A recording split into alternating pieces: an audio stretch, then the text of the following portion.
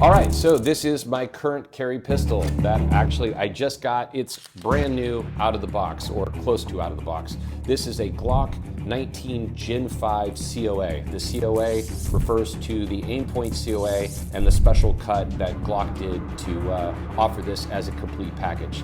I bought it right now. It is completely unmodified, but my next video that I'll do, or videos in the future, will be me showing the modifications that I'm doing to this, why, and then how each one I think improves your ability to shoot.